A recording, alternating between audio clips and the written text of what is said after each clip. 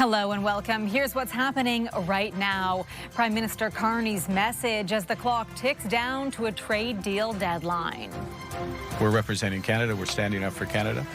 Is the EU's deal with President Trump a sign of what's to come? Doesn't mean that we need to take our foot off the gas. The factors forcing auto thefts to gear down. And actually have the patient jump in the water. Plus, the dramatic rescue operation on the high seas.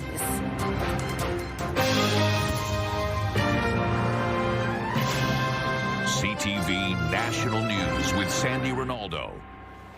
I'm Heather Butts in for Sandy tonight. The countdown is on as Canada seeks to reach a trade agreement with the United States before Trump's August 1st deadline. The threat of tariffs as high as 50% just a few days away. As Ottawa works to get a deal, the U.S. and European Union announced an agreement over the weekend, settling on 15% tariffs. CTV's Abigail Beeman is covering the story for us today. What's the feeling like right now in Ottawa? Heather, that's the second big trade deal Trump has announced with a 15% tariff baseline. First Japan and now the EU, leaving many to naturally wonder what it all may mean for Canada. Canada's Prime Minister and the American President were both visiting islands and talking trade. Donald Trump in Scotland musing about baseline world tariffs. I just want to be nice.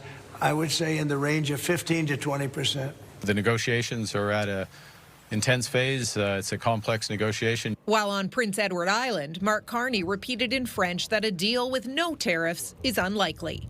We're standing up for Canada, Canadian interests. Of course, the United States is looking out, the President's looking out for the interests of American workers. There is a landing zone that's possible, but we have to get there. There appears to be a backing away from the tariff for tariff, elbows up sort of combative tone. Former Foreign Affairs Minister Peter MacKay feels we may not get the kind of deal we want. Donald Trump has really had his way with many countries, and they are coming to heel and rolling around like kittens on a couch. While Ontario's premier still hopes Canada is treated differently. A tariff on Canadians is a tax on Americans. Prices will go up. It's not the kind of recession-inducing shock that 25% on literally everything would have been. This University of Calgary economist says a 15% baseline tariff on non-CUSMA compliant goods would still be a net negative for the Canadian economy. But it's important to focus on the bigger picture, what happens with CUSMA down the line. That's a much more important potential shock to the economy than a 15% baseline with an exemption for trade agreement compliant exports. Trump's trade deal deadline is Friday, with the Prime Minister stressing Canada is still engaged in negotiations. Mark Carney also stressing Canada is already a big investor in the U.S. as we watch other countries sign deals with big financial commitments. Heather? Abigail Beeman in Ottawa for us tonight. Thank you. A major announcement for Atlantic Canada today. The Carney government making good on a campaign promise to make transportation in the region more affordable and ramp up interprovincial trade in the face of a trade war. CTV's Maria Saru has more on the cost-cutting measures for the Confederation Bridge and ferries.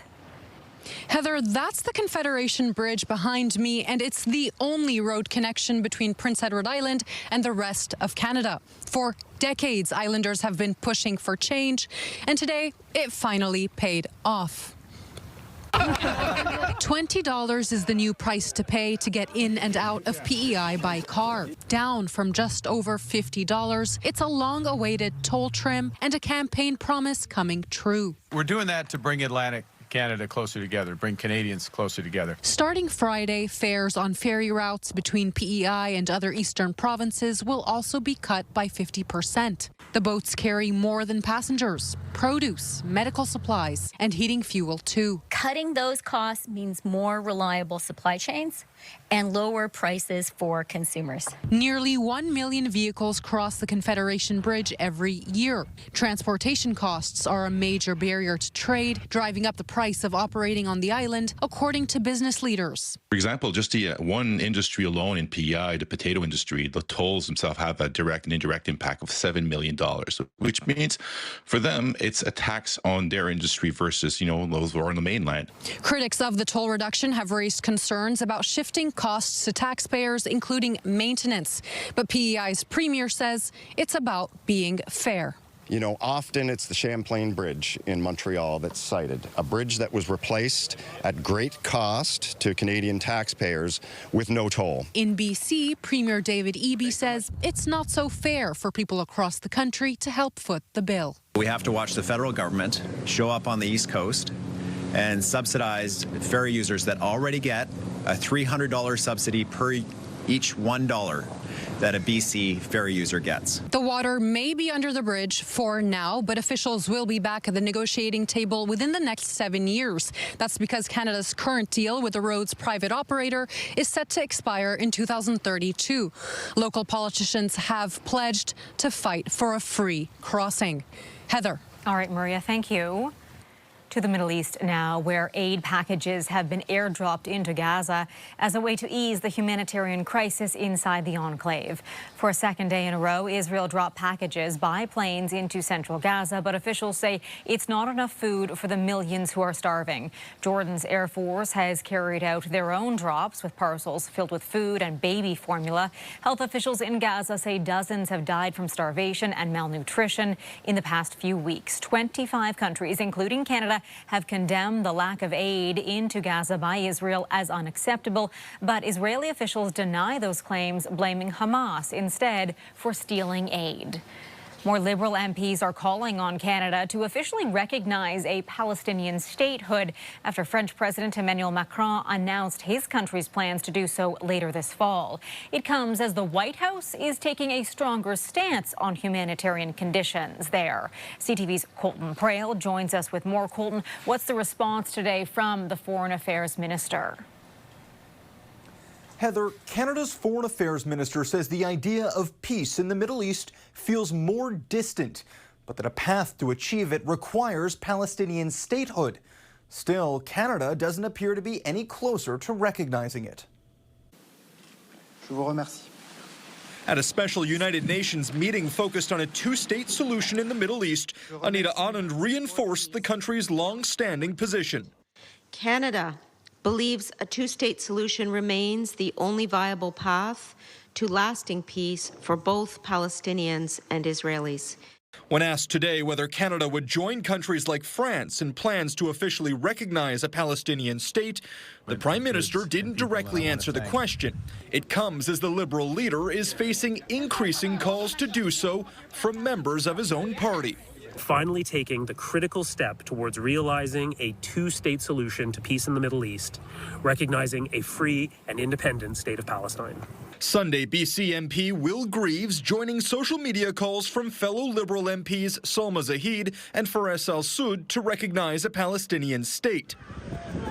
Meanwhile, as humanitarian aid trickles back into Gaza, Donald Trump is pushing back on the Israeli assertion that starvation was not occurring in the enclave. Food, we can save a lot of people. I mean, some of those kids that's real starvation stuff. I see it, and you can't fake that. The Prime Minister says Canada has trucks of aid at the Jordanian border, pre-positioned to enter Gaza, but that had been prevented from doing so.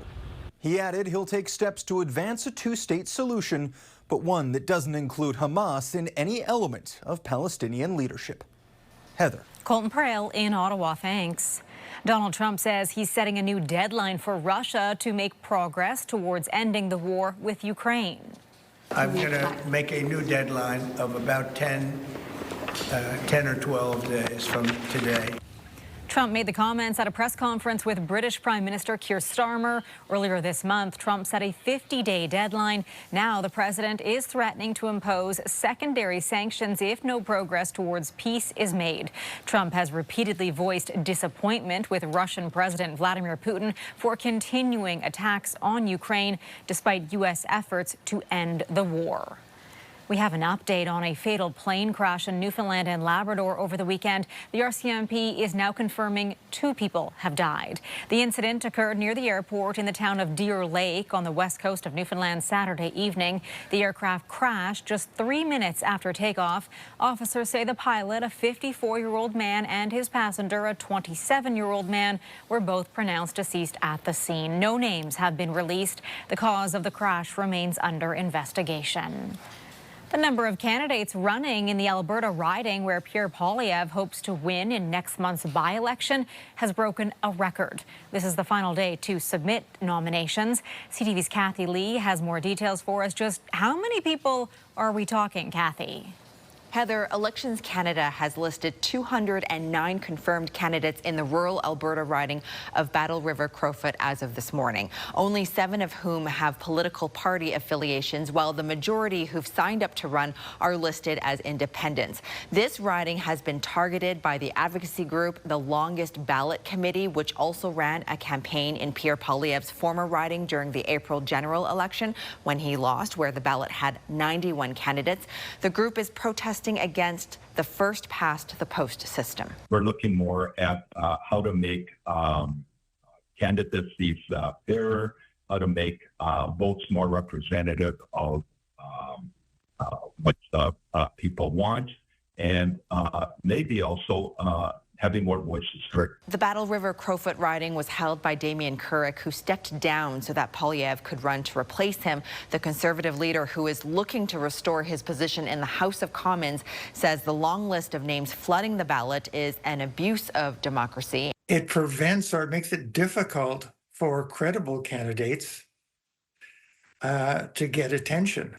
I don't think it's going to make the point that the people behind it want to. Elections Canada tells CTV News that given the unusually high number of candidates and based on lessons learned from similar past situations, it's been working on ways to improve its services to electors, and that work will be finalized after nominations close today. The by-election is on August 18th. Heather. Kathy, thank you. Canada's Summer McIntosh claimed her 2nd gold medal in the pool as she tries to swim to history at the World Championships in Singapore.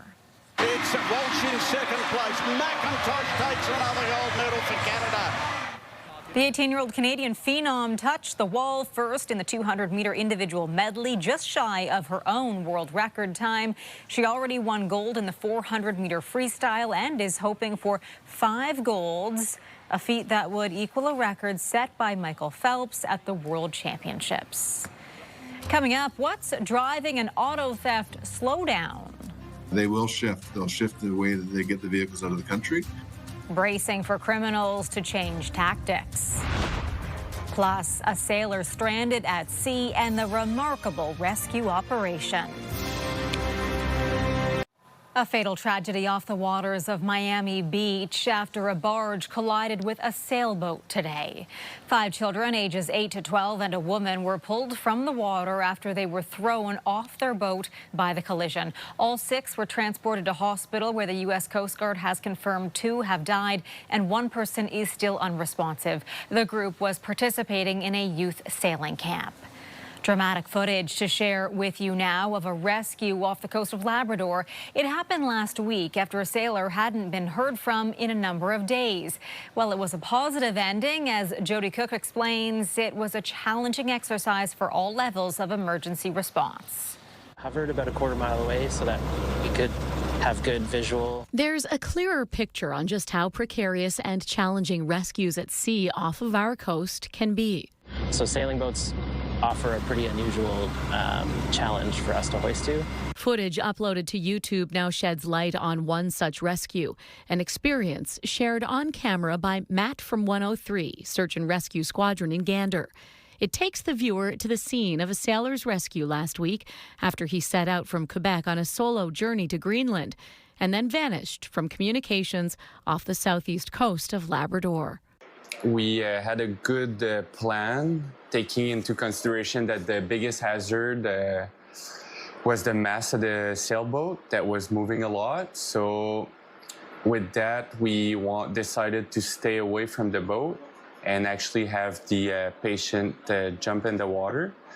So I got hoisted down as close as we could get me without being too close from the mast. The roughly 20-foot sailboat had just a crew of one, its electronic systems failing, and rescue officials were dispatched when family hadn't heard from the man in days. A passing cargo ship was able to pinpoint the sailor. That's when 103 SAR Rescue Resources moved in, effecting a hoist in just minutes.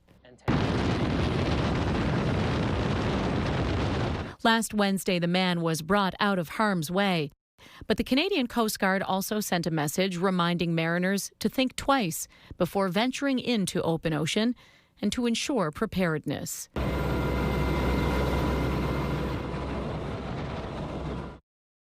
Gander's 103 Search and Rescue Squadron is responsible for a massive jurisdiction. They cover all of the lower Arctic, all of the maritime provinces and Newfoundland and Labrador, as well as all offshore waters in the region. Jody Cook, CTV News. Auto theft across the country is down by nearly 20% in the first half of this year compared to last year. The largest drops were seen in Ontario and Quebec, but experts say thieves are using new tactics and vigilance needs to remain high. CTV's John Benavale-Rao now on the new data and what it could mean for your car. John. Heather, while this comes as good news, owners are being warned not to let their guard down. Despite the improving numbers, on average nationwide, a vehicle is stolen every 10 minutes. It's all a big shock, to be honest. I kind of feel violated. Ryan Tostick of Milton, Ontario, is filling out insurance forms after his beloved 2004 Chevy Silverado was swiped from a repair shop just over a week ago. The thief was caught on surveillance cameras. Tostick says his truck had a new engine and says he'd never had anything stolen from him in his life. Just, yeah, crazy to see what kind of value just is gone within minutes. But compared to the same period in 2024, in the first half of this year, auto thefts were down 19% nationally, plunging almost 26% in Ontario, while Western and Atlantic Canada saw 9% declines. I do caution that even though the numbers are still going down, they're still high, and it doesn't mean that we need to take our foot off the gas. The report says better public awareness and collaborative efforts by governments and law enforcement agencies appear to be making a difference, noting during the pandemic auto thefts rose when the supply chain for new cars was disrupted, peaking in the first half of 2023 at 34,000 and declining ever since. Still, experts note there's been a shift towards stolen vehicles being sent to chop shops. What's old is new again. Chop shops are having a surgence where they're stealing vehicles and selling it part by part, not only domestically but internationally. According to the report, more stolen vehicles are being found. 56% were recovered in the first half of this year versus 53% last year. Personally, I'd like to have the vehicle back. I'm not hopeful, but I'm trying to be hopeful. And if you're hoping insurance rates might come down because of fewer thefts, the Insurance Bureau of Canada says thefts still remain above historical levels, adding repair and vehicle replacement costs have also been on the rise. Heather. All right, John, thank you. A terrifying moment in the skies over a Spanish beach yesterday where a fighter jet looked like it was going to crash into a crowd of people watching an air show.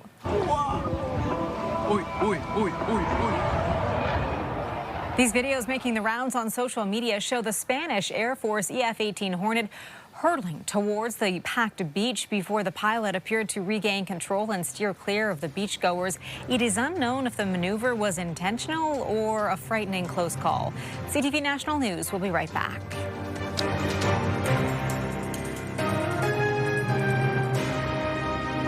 Heat warnings are in effect for large parts of eastern Canada, again, including maritime provinces. CTV's Sarah Plowman is feeling the heat in Fredericton today. Sarah, how is it where you are now? Heather, it is hot. It's sticky. It's hazy.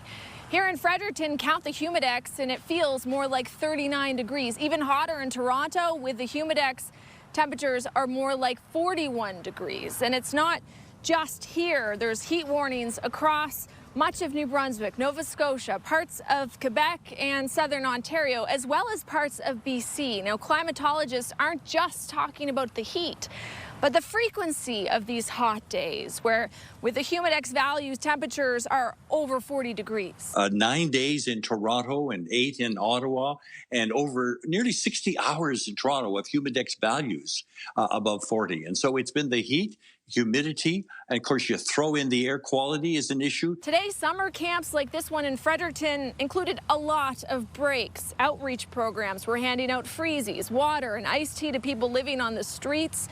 A lot of people ended up at splash pads. It's brutal. There's a haze out, and we had to bring the kids to the splash pad today. Doctors' advice is avoid the heat. Don't spend extended periods of time outside. Also, drink lots of water and watch for signs of heat exhaustion, things like fatigue, dizziness, and headaches. Check on older adults or those at risk of heat-related illnesses. Here in Eastern Canada, the heat warnings will be around tomorrow, but expect relief on Wednesday. Heather. Many looking forward to that relief. Sarah, thank you. After the break, newcomers try their hand at an old tradition. The rookies getting their ducks in a row before the big race. Some Ukrainian newcomers are trying their hand in one of Newfoundland's oldest traditions, the Royal St. John's Regatta. The rowing competition should take to the water this Wednesday. CTV's Garrett Berry is by Kitty Vitty Lake in St. John's and caught up with some crew. Garrett.